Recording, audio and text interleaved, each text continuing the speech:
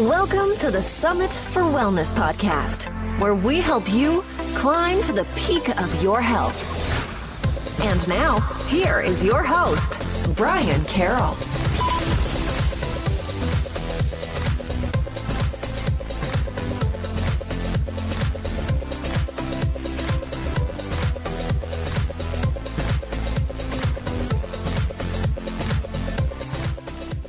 Hello, and welcome to episode 39 of the Summit for Wellness podcast. I'm your host, Brian Carroll, and today's episode is brought to you by Hana 1, which is an Ayurvedic Rasayana that helps to support our body from our modern stressors that we face on a daily basis.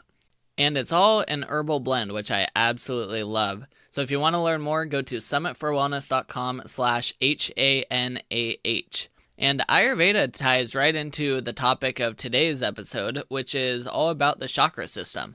Both the chakras and Ayurveda come from India, and so it's a awesome correlation to have both of those as part of today's episode. So my guest today, Steve Politis, he is a physical therapist down in California, but he has been studying a lot about these different energy systems that different cultures have used for thousands of years. So we will chat with him all about the chakras and the main chakras that are the most well known and how he can apply that to movement and rehab programs. Dr. Steve Politis is a physical therapist with over 20 years in the health, fitness, and bodywork industries.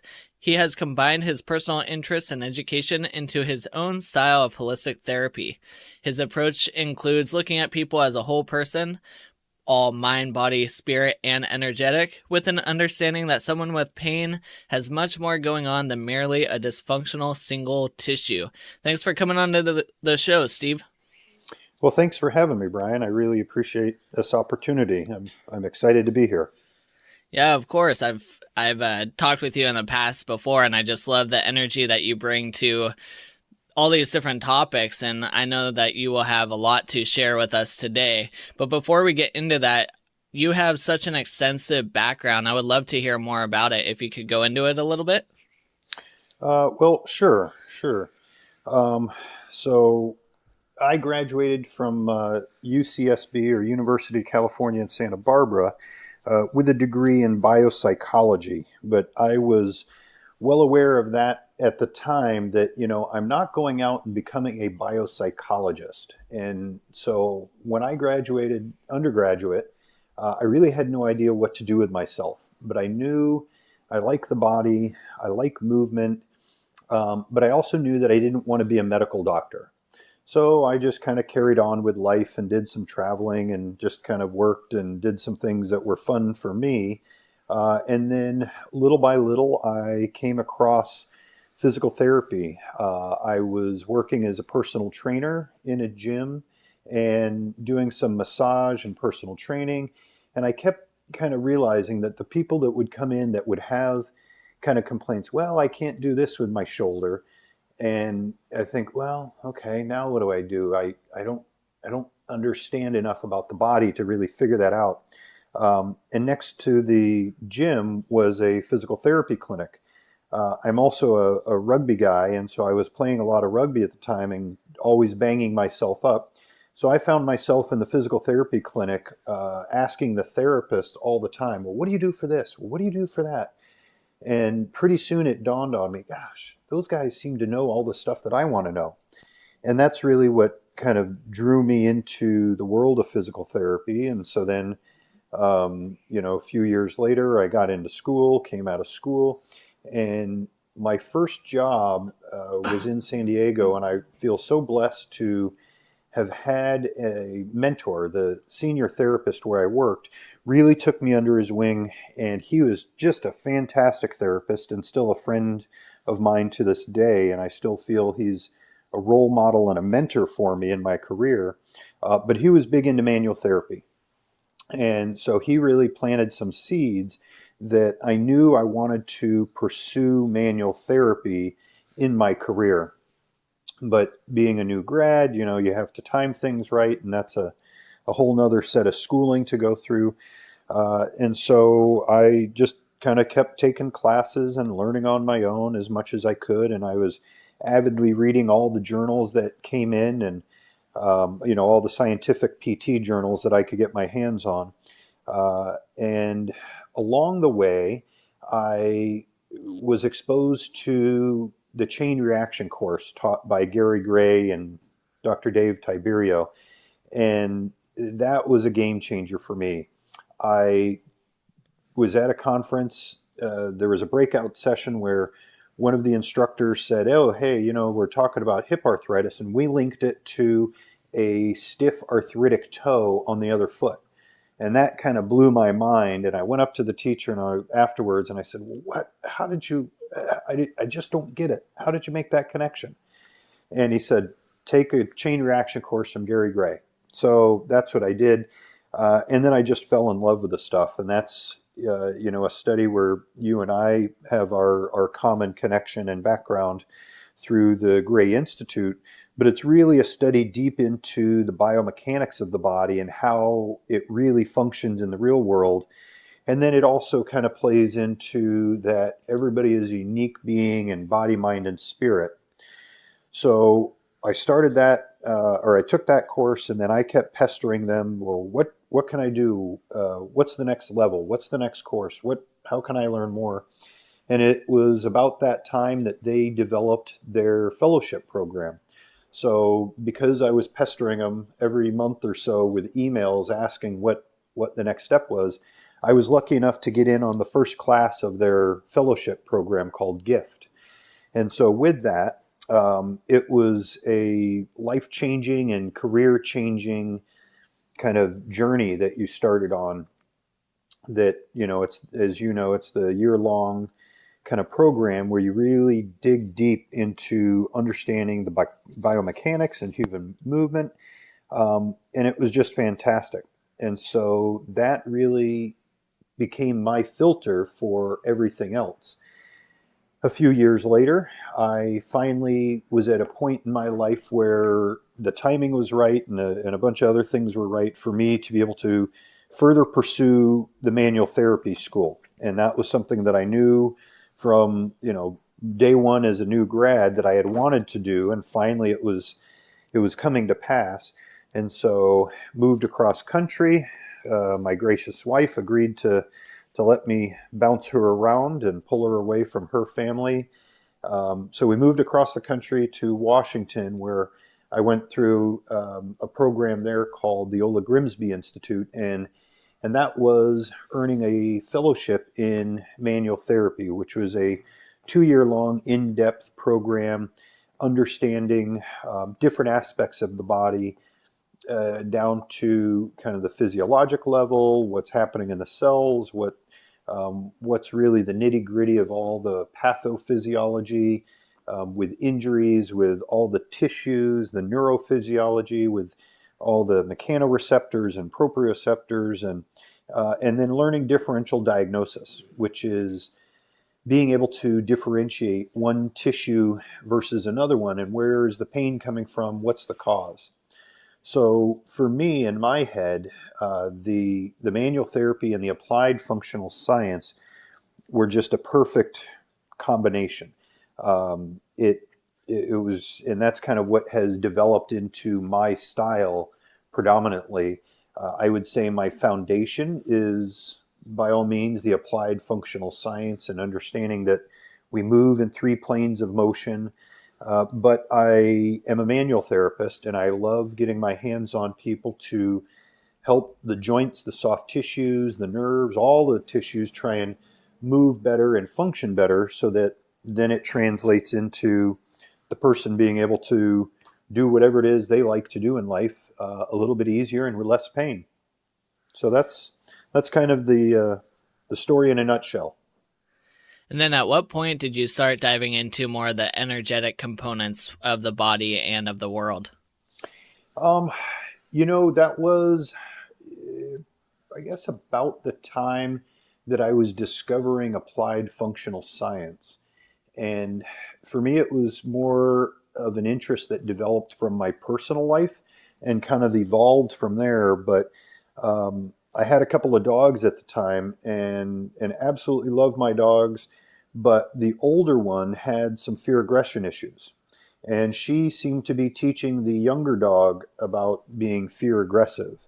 And so my wife and I were doing all sorts of things. We were taking the dogs to training, and we started reading a bunch of books. And that was about the time that the Dog Whisperer show was really popular. And so we were watching that on a regular basis.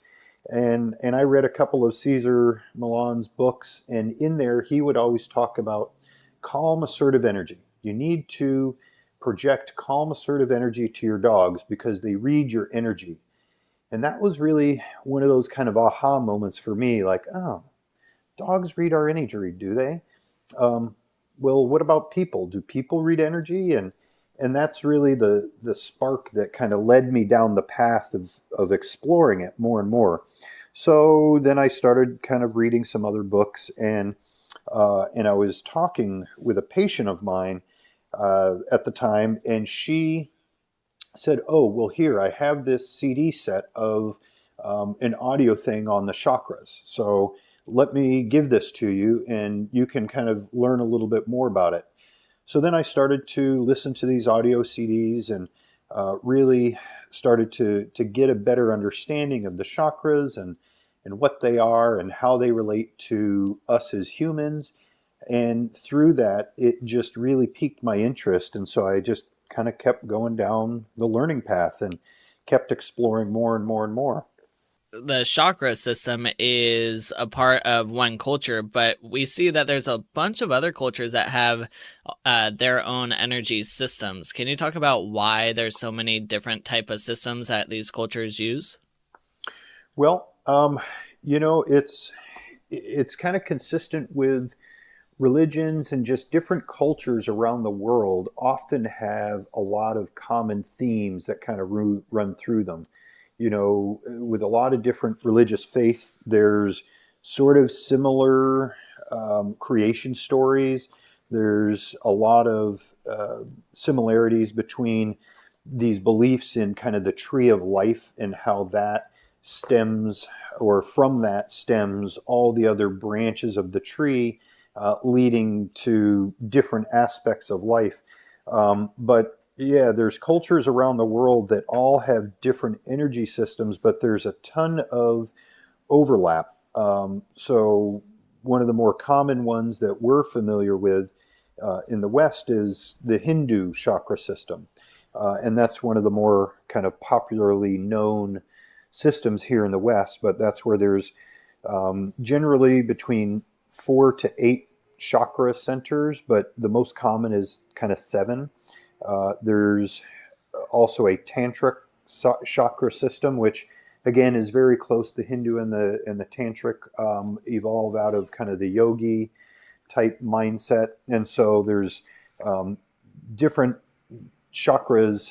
Like one belief will have a few more in different areas of the body and things like that, but the Tibetan system in the energy system in the Himalayas, they have kind of a 6 chakra system. And then one of the interesting things that I found fascinating reading through stuff was the Mayans and Incans also had energy systems. And there's a lot of kind of belief that the Mayans were the ones that brought their belief in energy systems to India and Asia and Africa. And it kind of ties into, some of those mysteries in the history of the world and how the Mayans disappeared and where'd they go and what happened. And but again, there's a lot of similarities with things like serpents and a god symbolism that is common through a lot of the different cultures. But then even into the Native Americans, there's the Cherokee Native Americans have an energy system. And again, there's a lot of similarities that connect with all these other ones. Kind of this belief that arises from a faith that everything comes from the earth, and there's a network of meridians within the earth and grids that are connecting everything, and that the body physically mirrors a lot of some of that type of stuff that's going on. And when you look at the Cherokee chakra system or energy system, it's just uncanny how much it correlates with kind of the more commonly known 7 chakra system. So it's really pretty fascinating. Just even into, I came across where Egyptian and African energy systems, like the Zulus and Egyptians, they have energy systems that, again, there's a ton of overlap. And in my readings, I came across there's even a Christian energy system, which it says was based on the book Revelation of St. John, and that it kind of outlines this energy system for the soul evolution, and it goes through 7 different layers or levels, and so there's just a ton of kind of common themes throughout all these different cultures throughout the world. And it just makes sense to me that, there's something there. Everybody believes in some kind of an energy system. They have just interpreted it in their own perspective and kind of developed what seemed meaningful to them at the time. And then, of course, that's just handed down through the ages. Can you describe what energy is or what it correlates to? Like, does it correlate to the nervous system, or does it have a different component to it? Yeah, sure. Well, there's a lot of stuff, and I like quotes, and there's a couple of quotes that I came across that. So one of them, the first one, if you want to find the secrets of the universe, think in terms of energy, frequency, and vibration. And that was Nikola Tesla. And, so it's a pretty common theme. And then, our good friend Albert Einstein was just full of amazing quotes. And there's 2 of them for me that kind of stick out that you put them together and it really sums it all up. But the first quote from Einstein is, "Everything in life is vibration." Again, he and Nikola Tesla were kind of talking on the same terms. But then the second quote from Einstein is that nothing changes until something moves. And so, energy and vibration is a big part of what we are as humans, the entire physical world and the universe that we know. And when we look at kind of the physics of it, it boils down to, the tiniest little particles and atoms and quarks and leptons and these tiny little pieces of matter that are basically just zooming around in space. It's just a bunch of vibration. And basically, we put all those pieces together into these complex systems, but we're just energy. Everything is vibrating, everything is energy. Now, in my kind of journey exploring all of this stuff, one of the things that struck me about the chakra system is how somewhere along the way I saw this kind of a slide of where it matches up with the neuroendocrine system and kind of the central nervous system and the spinal cord and all the nerves coming off of it.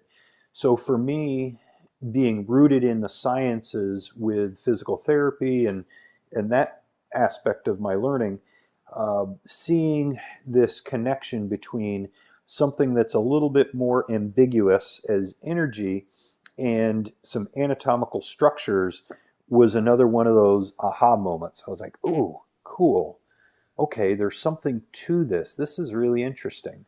And so it's not only the nervous system, but there's a lot of different physiologic processes and kind of structures within the body that parallel with the chakra system. Well, let's dive into the chakra system a little bit. Can you start walking us through the 7 main chakras that we typically see? Yeah, I'd love to. So it starts at the base of the spine, and really coming off of the coccyx there is what we call the root chakra. And so each chakra has kind of it's got its name, there's an associated color, and a lot of different layers to it, but I'll give you kind of the element that's connected to it, and then we'll talk a little bit about the kind of the endocrine glands, kind of the spinal plexi that it's related to, and some of the human traits of our personality and our human experience that connect to it. So we start at the base, the root chakra, and it's pointing downwards, coming off of the base of the spine there, and its color is red. and its element is earth. And when we connect it to the endocrine glands, it's really connected with the adrenal glands and functions like the kidneys and bladder and excretory functions. Then it's also connected to the coccygeal plexus of the nervous system. The human traits that are connected with it are kind of the primal traits of security and survival, sensations like being hot or cold, safe or scared, kind of hungry or satiated, thirsty or quenched. All of those primal aspects of, are we alive? Can we be safe? Are we secure? Those types of things. Then we move up to the sacral chakra, and that's really housed within the pelvis itself. Its color is orange, and its element is water. And then when we come to the endocrine glands, it's really the ovaries and the testes and the reproductive organs. But it's also connected to the sacral plexus of the nervous system. And thinking about that water as the element, really it's related to a flowing nature of our relationships, our intimacy with others, connecting, our emotions, and all of those types of pieces of our human experience. From there, we move up to the solar plexus. So the solar plexus is right in our solar plexus. It's kind of right in your gut. So right in the front, or right in the belly there. And its color is yellow, and its element is fire. So you can kind of think of that term, the fire in your belly type of stuff. When we talk about the endocrine glands that it's associated with, the liver, the spleen, the pancreas, and the digestion organs. So all of that stuff that's kind of right in your belly, all of those things relating to the solar plexus chakra. And then when it comes to the spinal level, it's the lumbar plexus. But this is our power, our drive, our creativity. I like to also think of this like the 3Ds of drive, determination, and discipline. It's your ability to create things and get stuff done and stay on task and produce something in the world. So from there, we go up to the balance point, and this is the heart chakra. And it's considered the balance because it's the level in the middle where there's 3 chakras below that are more of the physical plane of the world, and then the 3 chakras above, which are more of the spiritual plane. But the heart is right in the middle. It's the balance point between the physical and the spiritual. And it's, as you would guess, right in the center of the chest, the heart. But its color is green, and it relates to the thymus gland and the heart and lungs, but also the thoracic plexus of the nervous system. And as you would imagine, the heart chakra, it's related to love and compassion, forgiveness, non-judgment, the kinds of things that we need to be able to forgive and love ourselves, to be able to forgive and love other people. But that's the heart chakra. Moving above that is where we get into more of the spiritual realm. And so the next one above is the throat chakra. This one, its color is blue, and its element is ether. Oh, maybe I forgot to mention the heart chakra, its element is air. So think the lungs, air. But now jumping back to the throat chakra, right in the throat, its color is blue, its element is ether. It's related to the thyroid and parathyroid glands and kind of the mouth and auditory functions that we have, and the pharyngeal plexus off the nervous system. So this one really connects with finding your voice and being able to tell your story and express yourself, but also the listening and hearing. We can listen to people, but oftentimes we don't really hear what the messages are. The throat chakra is all about that, not only talking and communication, but with that, really hearing people and listening to what is it that they're really saying. Up above that, we come to the third eye chakra.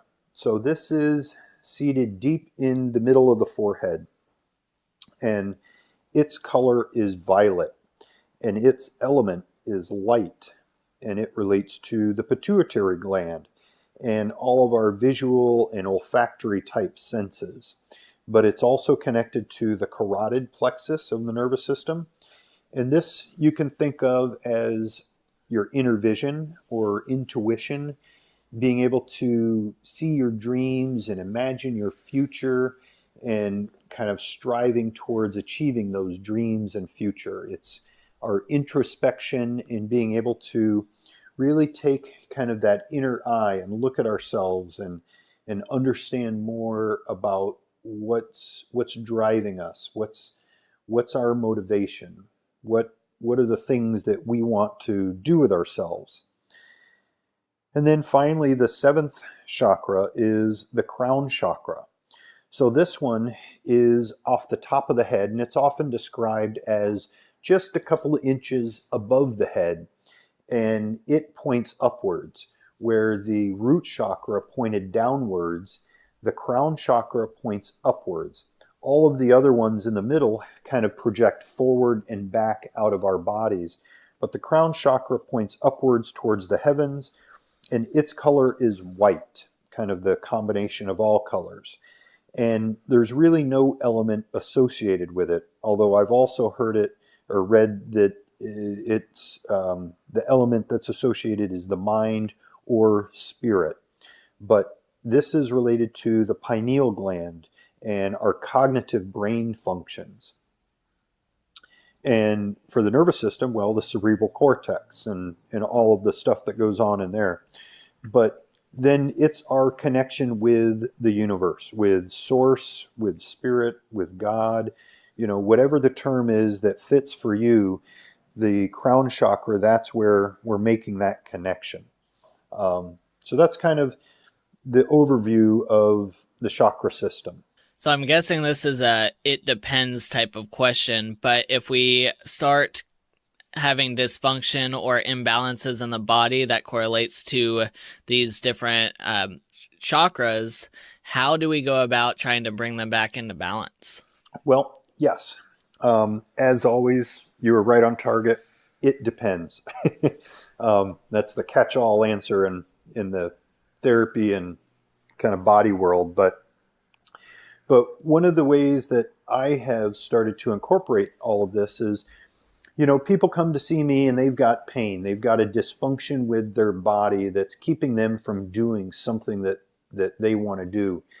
And as I kind of put all the pieces together of the stuff that I've learned through applied functional science and looking at the interconnectedness of the body and how it all plays together, and then kind of my understanding of manual therapy and the different tissues that can be in dysfunction and how they contribute to each other and connect to each other. Somebody comes in with a dysfunction, and one of the things we learn in applied functional science is trying to understand the person. What motivates them, appreciating that they're a body, mind, and spirit all together and that everything is connected. So they come in with pain and dysfunction.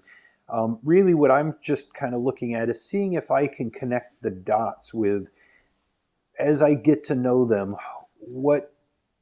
wherever the pain is, what could be going on with their personality and the way that they present themselves to the world that might tie into some of these kind of human traits that I was talking about, whether it's like a security thing and kind of that root chakra, or a relationship thing in the sacral chakra, their ability to do something and to create or to be disciplined in the solar plexus. The heart, is a big one for being able to love and forgive. The throat chakra, if somebody, has a hard time expressing themselves or telling their story. The third eye is kind of the people that are stuck in their head, and very often they, if it's overactive or they're really kind of stuck there, there's a lot of anxiety. They, are the kind of people that will describe, well, I can't sleep at night because I can't turn my brain off. It's just always running. I'm always worried about this and that kind of thing. So just really it's for me kind of taking a step back and saying, okay, well, this person comes in with their shoulder bothering them. Well, okay, there's some tissue that we got to look at. There's the mechanics of understanding, does the shoulder issue relate to tight hips? Is there a history of, something wrong with an ankle that up through the kinetic chain has led to more difficulty with their scapula moving, and that contributes to the shoulder pain? But then also getting to know them, looking at the bigger picture of, okay, well, what's it like for them? Who are they as a person? And is there something that's kind of jumping out to me that makes a connection? And you kind of tying back to some of those quotes that I gave you earlier, Einstein talks about nothing changes until something moves, and that everything in life is vibration. If we want to make some changes, we can start moving things to get the energy flowing. And that's really kind of how I see things, that I want to use movement as the medicine to try and stimulate more energy through perhaps some of these blocked chakra energy centers, and try and help draw out more of the person. Depending on the person, and I don't do this with everybody, but sometimes I'll, test my rapport with a person and see how open they are to conversations like this. And if they're open to it, then we'll kind of explore that and go down that path. Other times people just really aren't interested, or that's not their thing and they're not really open to it. So that's fine too. I don't really kind of bring that into the forefront of our treatment. But in the back of my mind, I'm thinking, okay, well, this person seems very unstable. They don't have a good foundation under them. They're not very grounded. They're not very rooted. So maybe I can give them some exercises that will help stimulate energy through that root chakra and can help build the foundation for them to be more stable and have more ease with whatever it is that we're dealing with. Did that kind of go off on too much of a tangent, or is that kind of answering your question? No, that was great, and that leads right into a little movement sequence that you created, and it's your energy moving chakra matrix. So can you talk about or walk us through that matrix and how it might look? Even though we can't see it, we could try and do it to your voice. Yeah. Well, yes, I'd love to. And of course, obviously, the visual part is really nice, but without that. So down at the root chakra, as I said, it kind of extends from the base of the spine going downwards, and it includes kind of our legs. You can think of our legs as tree trunks connecting us to the earth, and that the toes are the roots that are digging deep into the earth, really giving us that solid foundation. So to start to stimulate some energy through there, what I like to do is have people get into kind of a wide stance and actually start some sumo stomps. That's kind of what I call them, but kind of a wide squat base with the feet pretty wide and knees bent and the butt back, but then starting into just stomping 1 foot at a time. And, this in a perfect setting, I would love to have people barefoot and with their feet connected to the real earth, whether it's grass or dirt or sand or whatever. But instead of in insulated shoes and on concrete, really be connected to the earth, but where you're stomping your feet back and forth, and it's really kind of stimulating some energy up through your legs into the pelvis and that base of the spine area. And then getting into kind of just dropping into a nice deep squat there to where you're kind of as comfortable as you can go into a squat, but then starting to just rotate your body. So you're staying in that squatted position and just kind of rotating back and forth, where you're really getting to feel kind of your legs and all the muscles from your pelvis and hips extending down your legs. There's lots of different variations of kind of how I do this, but this is kind of the main thing. But that would be the root chakra level. So then moving up to the sacral chakra, think of just starting to get the pelvis moving. So often I'll have people stand kind of 1 foot forward, 1 foot back, and then you start doing some anterior and posterior tilts with the pelvis. So this is kind of rocking the pelvis forward and back. Sometimes I like to call it, the scared puppy, where you're tucking your tail between your legs, and that's the posterior tilt. And then the anterior tilt is where you're the spraying skunk. And if you have a big bushy skunk tail and you want to leave your mark on something, you kind of tilt your pelvis forward and you lift that tail up, but going back and forth with the pelvis. And that would be kind of the sagittal plane. And then we start swishing our hips side to side. And so this would be, I tend to call it the sassy hips, but it's where you're kind of doing the bump dance. You're kind of pushing your hips out to the side, one at a time, kind of going back and forth, doing a little sway with your hips back and forth. And then we start to kind of twist. You twist back and forth like we were doing in the squatted position, but now you're not really in a squat. I've got you standing with 1 foot forward, 1 foot back, and then you can kind of do circles with the hips. Circles around clockwise, circles around counterclockwise, and doing a few of those, and then we would switch feet and repeat. And so you just kind of go forward and back, anterior and posterior tilt, little side to side with the sassy hips, and then twisting back and forth, leading into some circles with the pelvis both ways. So that's the sacral chakra. Then we go to the solar plexus. And again, I kind of like the stride stance with 1 foot forward, 1 foot back, because that's very functional for how we operate in the real world. And it gives us a chance to kind of do it with each foot forward. But 1 foot forward, 1 foot back. And then what you do is you kind of reach as far forward out in front of you, towards the ground, as far as you can reach without moving your feet. And then from there, you swing your hands up and back overhead in a big arc so that you're doing this big forward and back motion with your hands and kind of letting the whole body move. And so we're really actually getting the whole core and that solar plexus. The trunk is moving forward and back. You can kind of think of this one as you're swinging your hands in an all hail type of motion. So usually I will teach this to my patients and I'll say, okay, this is the all hail Steve, and that gets a lot of laughs.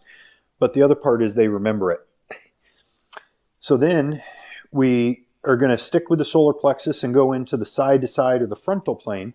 And that's where you kind of stick your hands way up over your head and you just tip from side to side, making like a big rainbow arc with your hands, just back and forth. Kind of back and forth is a big rainbow. And then finally you kind of have your hands out in front of you at about chest height and you twist and you try and see how far around the corner can you reach your hands both ways. That one I often call kind of a mummy crossing the road because, well, mummies walk with their hands out in front of them, and if you're going to cross the road, you got to look left and right. So then we switch our feet. We do the same thing with the hands, forward and back, kind of the all hail motion, the side to side overhead in a big rainbow arc, and then the twisting around in front like you're reaching around the corner each way. So that's the solar plexus. And then we move up to the heart chakra. So the heart chakra related to the lungs and our breath, and just kind of that heart. One of the ways that I like to start this one is where you just kind of stand comfortably with wherever your feet are most comfortable for you. And then you just open your arms up and you kind of squeeze your shoulder blades together. And you can think that you're trying to bring your arms back behind you as far as you can. And they're just at chest height. But this one is kind of like you're giving the universe a big hug. And then what you're going to do is reach across your body, crossing your arms, and give yourself a big hug. So that you're crossing your arms, and then you open up again and you hug the universe. and then you hug yourself, and you just kind of open back and forth, closing and opening the arms, and give yourself a big hug, give the universe a big hug. And from there, we go into some diaphragm breathing.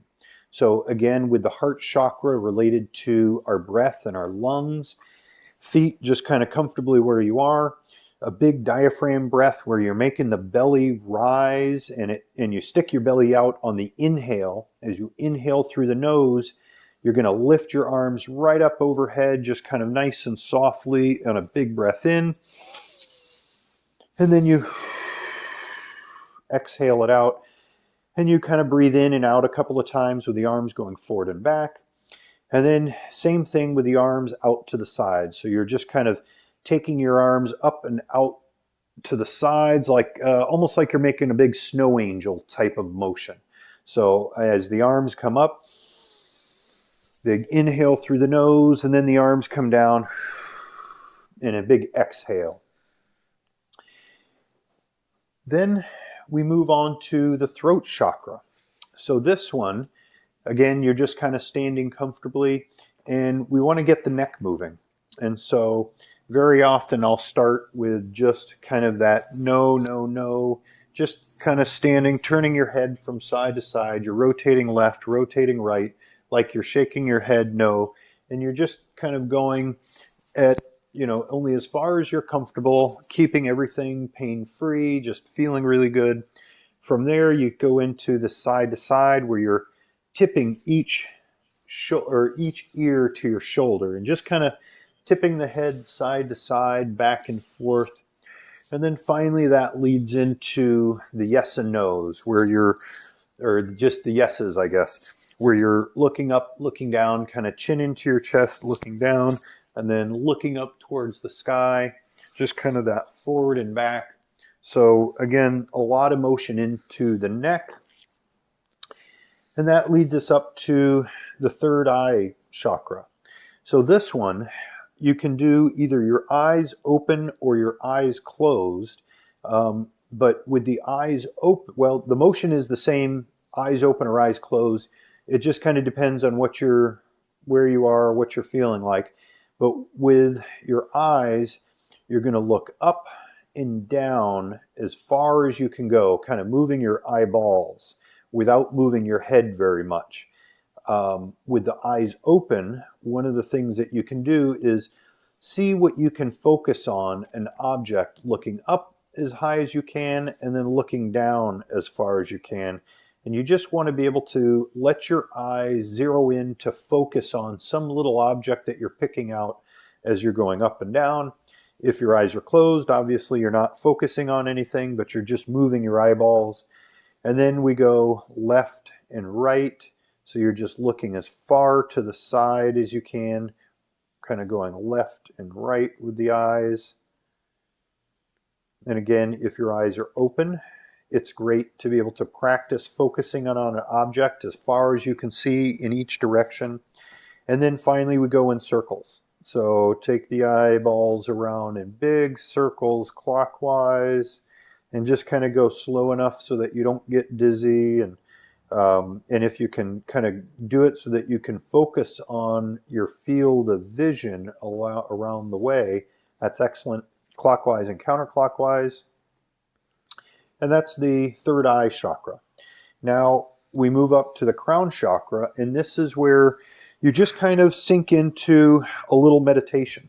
You just kind of stand there quietly and let yourself be open to the universe. And if you can just kind of calm your mind down, and really what you're looking for is letting it kind of hang in the space sort of between your thoughts, which the mind is kind of a constant chatter and conversation going on within itself. And if you can just let it settle down to where you're just pausing in that space where there's really no chatter, and that's where you're really kind of connecting with your spirit, your universe, your source, God, whatever it is that you want to call it. But I like to just kind of hang out there for a couple of minutes, as long as you feel comfortable. But that kind of takes us through what I tend to call my functional energy chakra matrix. It's stimulating some movement through each of the levels, kind of moving from the bottom up and kind of leading into sort of a meditation. And I've been doing it in my chair here while you're talking, and it actually feels amazing. So I'm going to have to do it standing up a little bit later. But how long should someone spend doing this? Well, it's up to the individual. I do this on a pretty regular basis myself as just kind of part of a morning routine. And, sometimes you have 5 minutes, other times you have 15 or 20 minutes. You can really go according to just your own time frame and what feels good. Often if you really want to turn it into kind of a warm up the body and get everything moving, you can spend, a couple of minutes doing the squats and the reaches and all the different directions, because really you're getting your entire body moving. You're stimulating energy through all of the parts, but you're also physically getting your body moving in a bunch of different directions. And that in itself is part of the stimulating energy. So you can really do it, within just 2 or 3 minutes, or you can kind of stretch it out and go 15 to 20 minutes, just depending on what feels right for you for the moment. And you did a great job with the audio version of this, but if anyone wants to see more of a visual of this, then if you go to Kineci, that's KINECI.com, that is Steve's website, and he has a video right on the front there that you can see. Steve, do you have anything else you would like to add about energy? Well, yeah, perhaps to kind of make it a little bit more concrete for people to understand how the connections are, I can share, a couple of quick short little stories of how I have used energy in my practice. On that video that you just mentioned on my website, there's a couple of stories, but I'll pick out a couple that I didn't share on that video. But one of them was that, I've seen a whole lot of frozen shoulders in my time as a physical therapist. And a frozen shoulder is kind of a bizarre presentation for somebody that's experienced it, because it's not really well understood, but it's where the shoulder just starts to freeze up and it loses motion. And as the person tries to lift their arm, it hurts. So then they stop lifting their arm, and then that continues to whittle down the motion so that the next time they try and lift their arm, they can't go as high and the pain starts earlier. So then they stop lifting it that high, and it just progresses gradually, or sometimes fast, but into where the shoulder just won't move, and it's very painful for people. And it can be quite a long, arduous process to unfreeze the shoulder and to get it functioning again. But I was working with a lady about the time that I was starting to explore all of this, and she was a friend of mine, and so we were talking as we were going through this, and I started to ask her about what was going on in her life just kind of before the shoulder started to freeze up. And she had talked about, some major scares with her husband's health, and just going through this period of really extreme stress and anxiety with, her husband and his health being very tenuous and all these problems. And it was a really stressful thing. And that was, maybe 2 or 3 months before her shoulder started to just freeze up. Well, just kind of as a clinical experiment and observation on my end, everybody that I've worked with a frozen shoulder, I've kind of gotten to know them, and I've asked and kind of dug into their life a little bit and said, well, what was going on a couple of months ago? Before your shoulder started freezing up on you, tell me a little bit about what life was like. And from my experience, every single person that I've worked with a frozen shoulder, where I've been able to kind of get to know them, we were able to kind of pick out some really stressful life events that were going on just prior to the shoulder freezing up. And so, there's something to that connection of the emotions, the spirit, the mind, and what's happening there that can add to what the body physically manifests in terms of pain and dysfunction. And so with a lot of those people, it was very stressful life events that had to do with something, a loved one, forgiveness, being scared that they were losing somebody, just different kind of extremely stressful events. The other part that I find that kind of plays into it is it's kind of a connection between the heart chakra and the throat chakra. I mean, the shoulder's kind of in between those.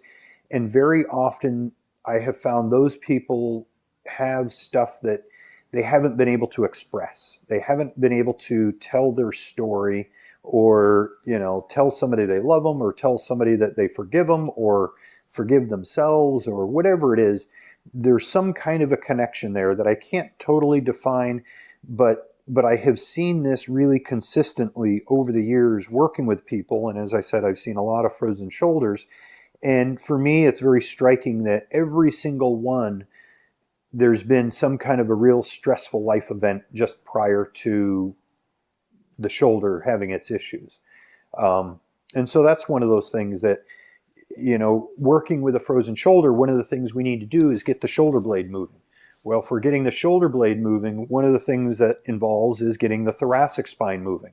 The heart chakra is the thoracic spine. It's right in there. So the more that we can stimulate energy through the heart chakra, creating motion in the thoracic spine and the shoulder blade, it really is part of the healing process to come out of this frozen shoulder. So that's one way that I look at things and I've used it and connected the dots for myself. Another example is there was a young woman that I worked with years ago who she had come out of being sick with mono. She was, I think, a freshman or a sophomore in college, and she, got really sick with mono. She kind of got through that, but she was just wiped out. And she had this extreme fatigue through her body where she really couldn't do anything. I mean, getting up out of a chair was just a struggle. And the idea of going back to college was just not something she could handle because of the stamina that she had lost and didn't have the endurance to deal with that. Well, one of the things that struck me about her was that she was very much an anxiety-driven person. She was always in her head, and she was always very uptight and anxious about everything. The other thing that just for me was really interesting was that purple was her favorite color, and she always wore purple. Purple jackets, purple shirts, purple pants. I mean, whatever she came to the clinic with always had something purple on. And so that relates to kind of that third eye being up in the mind and that anxiety kind of thing where she was really stuck there. But the other part about it that she wasn't grounded. She didn't have that foundation. And I think for her, it had to do with she was in school, she was kind of making her way through college, and then she got sick and was pulled out of that, and she couldn't make it back into school yet, and she felt very unsettled. She didn't want to live at home, but she had to be there because she couldn't be on her own at school, and so she was very ungrounded. And so what I ended up doing with her was some very gentle kind of massage work, but I got her out in the woods and really said, okay, I want you to walk slowly and carefully through the woods. Don't hurt yourself stepping on an acorn or anything, but really connect your feet to the ground. And I want you to do lots and lots of squats. And so we got her doing that, and I was doing some other hands-on work with her. But she had seen, I think, 4 or 5 other therapists before she came to me. And I was able to start to make some progress with her. And I really believe it's because I took a different approach. And instead of just looking at her as a person with dysfunction that she didn't have any endurance, I was kind of looking at her through the lens of, oh, she's really stuck in her head. And she really feels like she's unrooted. She doesn't have a place to really call home. I mean, she lived at home, but she didn't want to be there. She was, a college student, but she couldn't be at college. and she was very unsettled. And so we were able to actually make quite a bit of progress with the approach that I took. And she was very grateful, and for me it was very rewarding. But I could see it as more of an energy thing for her than it was necessarily a singular physical thing. So those are a couple of ways that I've been able to sort of incorporate energy using movement into my practice. And for my own style, I find it, really rewarding and very, very helpful. Well, that is one hell of a closeout statement there. I love that you brought everything together, and you're showing that energy you can apply it to rehab, you can apply it to physical therapy, you can put all those different components into being able to work with someone and figure out what is leading to dysfunction. So I love that you connected all that together. Yeah, well, thank you. Yeah, that's the fun part, is trying to put the pieces together and connect the dots. So people can find you at Kineci.com. That's once again Kineci.com. Where else can people find you online? Well, I'm on Facebook, and I have been having a lot of fun putting out some videos on a pretty regular basis called Wiggle of the Week, where we've been going through different body parts each month, and I'll do about 3 or 4 different videos, short little quick hitter ones, kind of getting that body part wiggling in lots of different ways. So that's Kineci Health in Motion is the Facebook page, and also on Instagram, the same Kineci Health in Motion. Awesome. And I'll have all the show notes at summitforwellness.com/39. So if you want to learn more about his Wiggle of the Week or see his Chakra Matrix, then go to there and you can find the links to his website. Thank you so much, Steve, for coming on. I loved talking about the chakra systems, and I love that you were able to put it together. That makes me super excited. I love it. Well, thanks, Brian. I feel pretty honored to be on your show. I've listened to quite a number of your podcasts, and I just think you're doing fantastic work, and it's a real privilege for me to get to share a little bit from my end. So thank you for having me.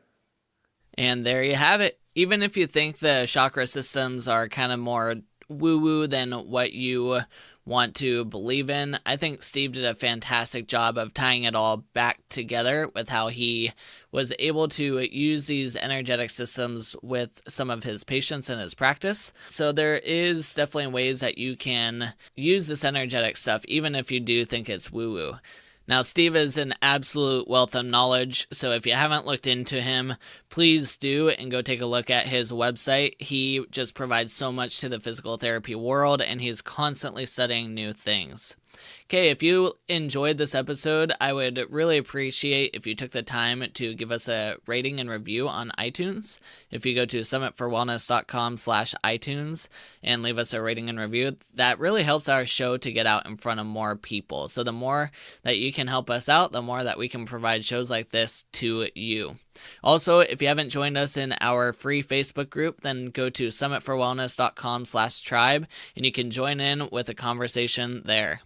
Keep climbing to the peak of your health, and next week we will be talking with Kelly McCann all about mold toxicity. So we will see you there.